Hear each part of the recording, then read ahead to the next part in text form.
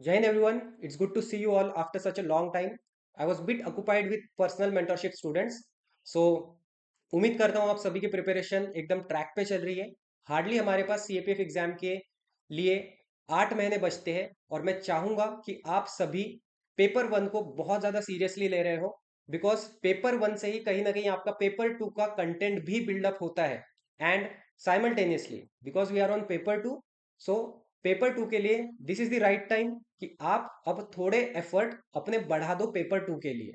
Okay. And जैसे मैंने आपको बताया कि मैं पर्सनल मेंटोरशिप स्टूडेंट के साथ में थोड़ा इंगेज था, तो जब मैं उनके ऐसे इवेल्युएट कर रहा हूं तो मुझे ऐसे कुछ मिस्टेक्स नजर आई है। ठीक है, अब ये जो मिस्टेक्स है मैं ये नहीं कहूंगा कि वो बिकॉज ऑफ क्वालिटी कंटेंट या लैक ऑफ नॉलेज उससे रिलेटेबल है, नहीं। ये ऐसी मिस्टेक्स है जो शायद अगर आप एक बिगिनर हो या आप एक एक्सपीरियंस राइटर हो, ठीक है, स्टिल ये ऐसी सिली मिस्टेक्स है जो आपने अवॉइड करनी चाहिए, ये होनी ही नहीं चाहिए, ये मान लो। ठीक है, क्या सिली मिस्टेक्स है वही मैं आज आपको यहाँ पे बताने वाला हूँ। सो वन बाय वन हम यहाँ पे देखेंगे।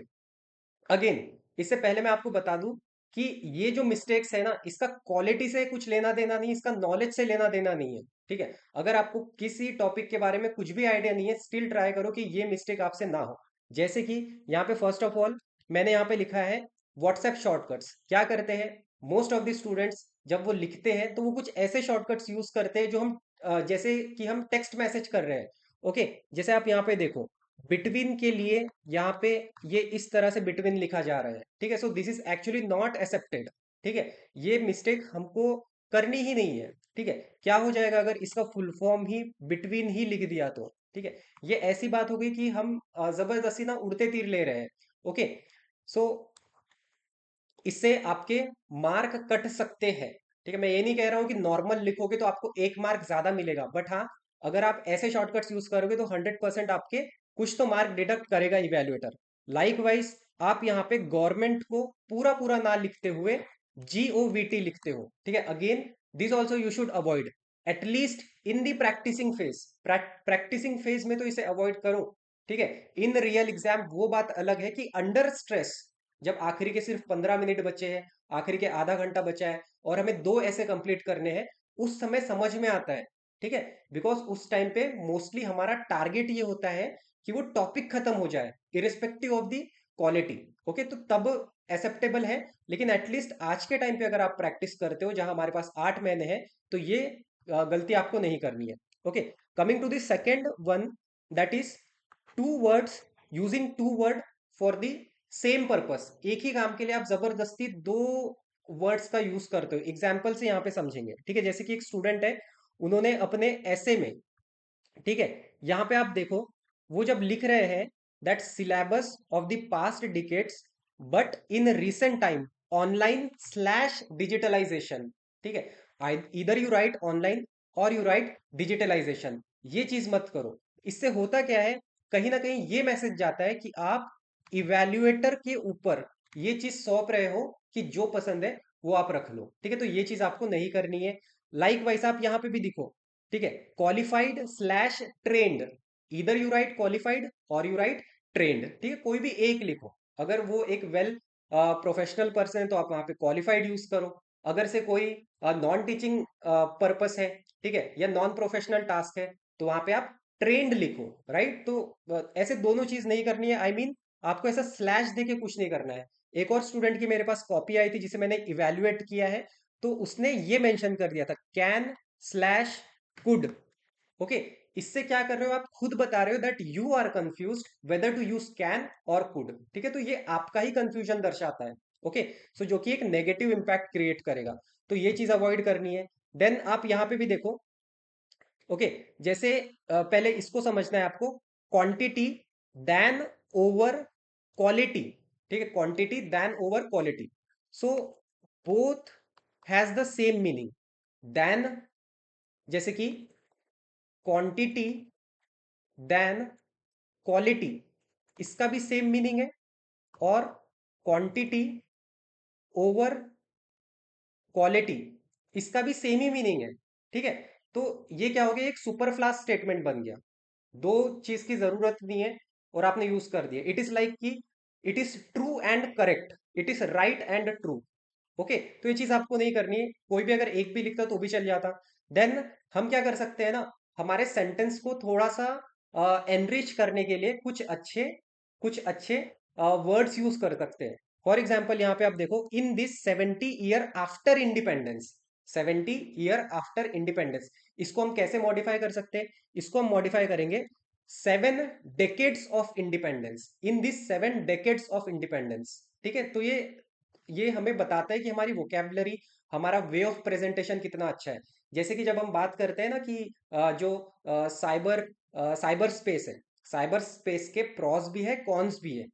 ठीक है, एक तो आप इस तरह से लिख सकते हो that cyber space has its pros and cons as well. या तो आप उसको ऐसे लिख सकते हो इस वर्ड में, that cyber space is a double edge sword. Are you getting it? तो इस तरह से आप सीख सकते हो, because this is our learning phase, ये हमारा लर्निंग फेज है। जितना जल्दी सीखोगे उतना उसको आप एग्जीक्यूट करोगे, एंड सेम चीज आप वहां पे परफॉर्म करोगे एग्जाम डे पे। तीसरी जो मिस्टेक कॉमनली मुझे नजर आ रही है, ठीक है, दैट इज, जिसका मैंने यहाँ पे दिया है नूब स्टेटमेंट। अब इसका मतलब क्या है? ठीक है, अब noob statement, first of all it is not a mistake. ठीक है, मैं इसको सिली मिस्टेक नहीं कहूंगा। ठीक है, एक्चुअली मिस्टेक नहीं है। मैं क्या कह रहा हूं, जैसे ये ऐसे जस्ट स्टार्ट हुआ है, ठीक है, इन्होंने जस्ट स्टार्ट किया है, और इनकी फर्स्ट लाइन देखो आप, quality quality in higher education is important for any country. Quality in higher education is important for any country. अब ये ना बहुत ही बेसिक स्टेटमेंट है, राइट? अब मुझे इस स्टेटमेंट से प्रॉब्लम नहीं है, लेकिन अगर आप सोचो ऐसे स्टेटमेंट से अगर आप स्टार्ट करोगे तो क्या इंप्रेशन गिरेगा? इवेल्युएटर एट दी, जब भी ऐसे हमारा इवेल्युएट करता है, वो तो इंट्रोडक्शन से ही उसको आइडिया लग जाएगा कि इस बंदे का नॉलेज कितना है, इस बंदे ने किस लेवल पे बात की होगी। समझ रहा है? ठीक है, तो मैं ये नहीं कहूंगा कि ये मिस्टेक है। ठीक है, हाँ, लेकिन यार एटलीस्ट ना अपना फर्स्ट इंप्रेशन आप ऐसे तो मत बिठाओ। इमेजिन करो कि आप, because it is related to education, सोचो कि उन्होंने एक बहुत अच्छा कोट से स्टार्ट कर दिया, तो इवेल्युएटर को ऑब्वियसली लगेगा ना कि चलो यार, ठीक है, मतलब बाकियों से इसने कुछ अच्छा लिखा है। ठीक है, सो ये चीज आपको अवॉइड करना है, मतलब इतना बेसिक नहीं लिखना है। ये तो मतलब ऐसा है ना, यूनिवर्सल स्टेटमेंट है। आप मुझे कोई भी वर्ड बोलो, आप मुझे डेवलपमेंट बोलो, development is very important for any country. ठीक है, आप और कुछ बोलो, पोवर्टी, ठीक है, पोवर्टी इज काइंड ऑफ, उसका भी कुछ बना देंगे हम, है ना, कि इसी तरीके से, ऐसा नहीं कहेंगे हम कि poverty is very important for any country. ठीक है, बट इस तरीके से हमें एटलीस्ट ऐसे को स्टार्ट नहीं करना है, इंट्रोड्यूस नहीं करना है। तीसरा हम देखेंगे रेपिटेटिव पॉइंट। ठीक है, मोस्ट ऑफ द स्टूडेंट जब उनके पास पॉइंट नहीं बचते ना, तो वो एक ही एक चीज को रिपीट करते हैं। अभी ये इंटायर ऐसे में आप यहाँ पे देखो, ठीक है, कंटेंट पे नहीं जाना है, बस हमें देखना है कि ओवरऑल उस पैराग्राफ में मेजर क्रक्स क्या है, ठीक है, उसका कोर एसेंस क्या है। तो इन्होंने इस पैराग्राफ में बात की है थेरी नॉलेज की। ठीक है, थेरी नॉलेज की, इसको थोड़ा सा रीड भी करते हैं। Our focus should not only our focus should not only theory knowledge, but also every student should fight in the world to live. Their knowledge should help them. Education is not only theory, but also they should be implement in our daily life. अब अगर आप इसे आराम से process करोगे ना, आप समझोगे कि भाई आप जो कन्वे करना चाह रहे थे वो शायद इतनी सी बात से कन्वे हो जाता, that application based knowledge is the need of current scenario along with theory, right? इस तरीके से लिख सकते हैं। सेकेंड चीज क्या है, इन्होंने जो सेंटेंस फॉर्मेशन है, ठीक है, ग्रामेटिकल साइड में नहीं जाएंगे इसमें, जो इनका सेंटेंस फॉर्मेशन है वो तो गलत है ही है, लेकिन एक सिंपल से स्टेटमेंट के लिए इन्हें 4-5 लाइन लग गई। कुल मिला के इन्होंने ये कहा है कि एप्लीकेशन बेस्ड नॉलेज को थोड़ा हमें ज्यादा प्रायोरिटाइज करना चाहिए। अब अगले पैराग्राफ में फिर क्या कहते हैं, in most of the higher institution there is lack of practical knowledge, same चीज होगी। अब आप फिर अगले इसमें देखो, स्किल्ड या प्रैक्टिकल नॉलेज, उसके बाद आप फिर देखो थेरी इनटू स्किल्ड, मतलब इन्होंने इंटायर ऐसे ना सिर्फ प्रैक्टिकल नॉलेज स्किल्ड ट्रेनिंग के ऊपर ही लिखा है। तो ये क्या हो गया, सेम सेम पॉइंट आप रिपीट कर रहे हो। आपको तो लग रहा है कि आपने वो ऐसे कंप्लीट किया है, लेकिन जब मार्क की बात आएगी तो आपको बहुत ही पुअरेस्ट मार्क मिलेंगे। ठीक है, देन हम सोचते हैं कि यार पेपर तो कंप्लीट किया लेकिन गलती कहाँ हुई। तो आपकी इस तरीके की गलती भी नहीं होनी चाहिए। एक पॉइंट को 2 बार रिपीट मत करो, 300 शब्द है यार। ओके, देन फिफ्थ हम देखेंगे, here I have written writing is tough to read. मतलब अब ये वन ऑफ द ऐसे जिस स्टूडेंट ने भेजा है, बहुत अच्छा कंटेंट इन्होंने लिखा है, एकदम क्वालिटी एनरिच कंटेंट इन्होंने लिखा है। लेकिन क्या हो रहा है ना, कुछ कुछ जगह पे पढ़ने में प्रॉब्लम हो रही है। ठीक है, मतलब it is not easy to read. जैसे कि आप देखो, ये जो word, I guess he wanted to write untrained soldier, but यहाँ पे ऐसा कोई वर्ड मुझे समझ में नहीं आया। देन ये क्या लिखा है इन्होंने, ये मुझे कन्वे नहीं हो रहा है प्रॉपर। देन इन्होंने यहाँ पे एक छोटा सा QES एब्रीविएशन यूज किया है। ठीक है, अगेन जिसका मुझे मीनिंग नहीं पता। हाँ, एब्रीविएशन से मैं और एक चीज बताऊंगा, जो मोस्ट कॉमनली यूज्ड एब्रीविएशन है, शॉर्ट फॉर्म्स होते हैं, जैसे कि IITs होता है, IIM हो गया, नीति आयोग हो गया। अब ये इतने कॉमन है ना, तो इनका हमें फुल फॉर्म देने की जरूरत नहीं है। आप शॉर्ट फॉर्म भी दोगे तो भी चल जाएगा। लेकिन कुछ अगर ऐसी चीज है जो मैंने कभी सुनी नहीं है, अनकॉमन है, तो आप ट्राई करो कि एक बार, ठीक है, एटलीस्ट एक बार आप उसको पूरा लिख दो, और ब्रैकेट में उसका शॉर्ट फॉर्म लिख दो। एंड आफ्टरवर्ड जहां पे भी वो वर्ड आएगा later on, you can simply use the abbreviated form. Okay, for example, जैसे कि अगर हमें बात करनी है हायर एजुकेशन इंस्टीट्यूशंस की, हायर एजुकेशन इंस्टीट्यूशंस, अगर पूरा ऐसे मुझे इसी के ऊपर ही लिखना है, तो मैं क्या करूंगा, एक बार हायर एजुकेशन इंस्टीट्यूशंस लिख के ब्रैकेट में HEI मेंशन कर दूंगा। और इसके बाद जितने भी बार मुझे हायर एजुकेशन इंस्टीट्यूशंस यूज करना होगा, I will only right HEI। ठीक है, सो ये चीज हमें करनी है, तो इस तरीके से चलता है। लेकिन अगर कुछ अनकॉमन रिपोर्ट है, ठीक है, तो वहां पे मेक श्योर कि आप उसका फुल फॉर्म ही लिखो। ठीक है, तो ये एक चीज, हाँ, हम थे that some words are tough to read. जैसे कि आप देखो, ये कहना क्या चाह रहे हैं, इसमें थोड़ा सा टाइम लगेगा, या सेंटेंस के फ्लो में मैं पढ़ लूंगा। ओके, सो ऐसा नहीं करना है। जब आप इतना अच्छा कंटेंट डिलीवर करते हो, तो मेक श्योर कि वो मैसेज भी कन्वे हो, तभी तो उसका आउटपुट मिलेगा हमें, तभी उसके अच्छे मार्क मिलने हैं। ठीक है, यहाँ पे क्या कहना चाह रहे हो, ठीक है, मैं समझ नहीं पा रहा हूँ। Then again, I know he has written pay and perks. ठीक है, ये तो मैं पर्सनल अपना बता रहा हूँ, लेकिन हम, हमारे इवेल्युएटर्स को क्या इतना टाइम है क्या, कि जब वो इतनी 100 200 300 कॉपीज चेक करता होगा एक एक दिन में, तो उसके पास इतना टाइम नहीं है। ठीक है, so again he has some solid points, but the words were tough to read, right. Then अगली चीज क्या होती है, यहाँ पे मैंने कैप्स ऑन कैप ऑफ लिखा है। इट मीन्स कि कभी कभी आप स्मॉल लेटर यूज कर रहे हो, कहीं पे भी आप कैपिटल लेटर्स यूज कर रहे हो। अगेन ये मिस्टेक भी आपको अवॉइड करनी है। एग्जाम्पल के तौर पे, एक स्टूडेंट का यहाँ पे राइटअप है, तो यहाँ पे लिख रहा है कि India is a country which is very prone to natural disaster, right from the Odisha cyclone. अब राइट का आर कैपिटल होने का कुछ सेंस नहीं बनता है। ठीक है, ये छोटी सी चीज, ग्रामेटिकल एरर आपको नहीं करनी है। देन आप देखो, अब पता नहीं इन्होंने जानबूझ के कैपिटल पी लिख, अनइंटेंशनली कैपिटल पी लिख रहे हैं, या इनका पी बाय डिफॉल्ट ही बड़ा है। ठीक है, तो ये चीज आपको अवॉइड करनी है। यहाँ पे इनके हर एक पी ऐसे ही दिखेंगे। देन नेशनल लॉ, ठीक है, नेशनल लॉ का अगेन आपने एन कैपिटल कर दिया, जबकि वहां पे सेंस नहीं बनता है। ठीक है, अगेन आपने बीच में कहीं से भी, जैसे कि यहाँ पे 3 पॉइंट्स इन्होंने मेंशन किए, प्रिपेयर्डनेस, कोऑर्डिनेशन, रीबिल्डिंग। अगर आपको लगता है तो प्रिपेयर्डनेस का पी, कोऑर्डिनेशन का सी, रीबिल्डिंग का आर, ये तीनों अगर आप कैपिटल लिखते हो तो समझ में आता है। लेकिन आपने पी कैपिटल लिख दिया, सी स्मॉल लिख दिया, देन आर, तो अगेन ये भी कुछ सेंस नहीं बनाता है। इसके भी आपका नेगेटिव इम्पैक्ट ही पड़ने वाला है। ओके, आप यहाँ पे भी देखो, this lead to economic fraud.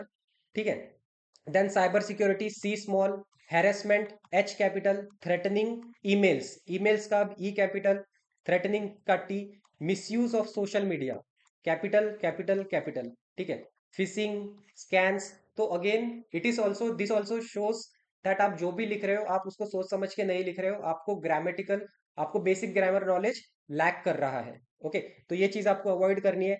Next, again यहाँ पे सडनली आप समझ गए होंगे मैं क्या कहना चाह रहा हूँ। सो ओवरऑल मेक श्योर कि आप स्मॉल लेटर और कैपिटल लेटर वाली मिस्टेक रिपीट ना करो। अगली चीज मैंने यहाँ पे 7 पॉइंट मेंशन किया है, strike through. What does that mean, कि अगर देखो मिस्टेक्स होती है, मैं भी लिखूंगा, कोई भी लिखेगा ना, मिस्टेक्स होगी। लेकिन अगेन आप देखो, इस तरह से अगर हौच पौच करोगे, ठीक है, हौच पौच करोगे, तो इसका मतलब अच्छा नहीं दिखता। अगर ठीक है आपका कुछ मिस्टेक हो गया, आप क्या करोगे, सिंपली एक इस तरह से आप लाइन बना दो।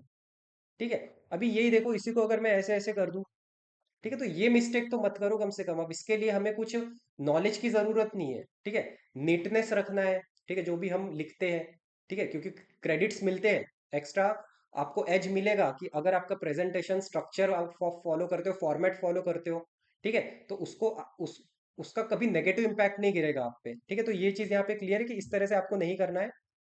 देन अगेन आप यहाँ पे देखो कि इन्होंने कितना हौच पौच यहाँ पे किया है, ठीक है।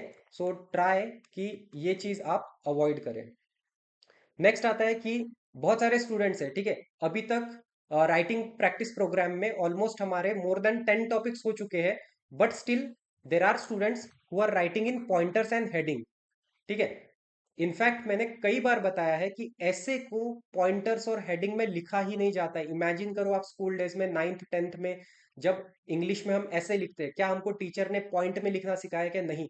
वही ऐसे हमें यहाँ पे लिखना है 300 वर्ड्स में, राइट। तो अगेन आप मुझे बता रहे हो कि ये इंट्रोडक्शन है, ठीक है, देन आप यहाँ पे हेडिंग दे रहे हो कि चैलेंजेस, देन आप बता रहे हो दिस इज इंसर्जेंसी, ठीक है, border security, right, and at the end you are also telling me conclusion, ठीक है। सो डोंट डू दिस, ठीक है, ये भी आपको अवॉइड करना है, इसके आपको नेगेटिव मार्क ही मिलेंगे, ठीक है।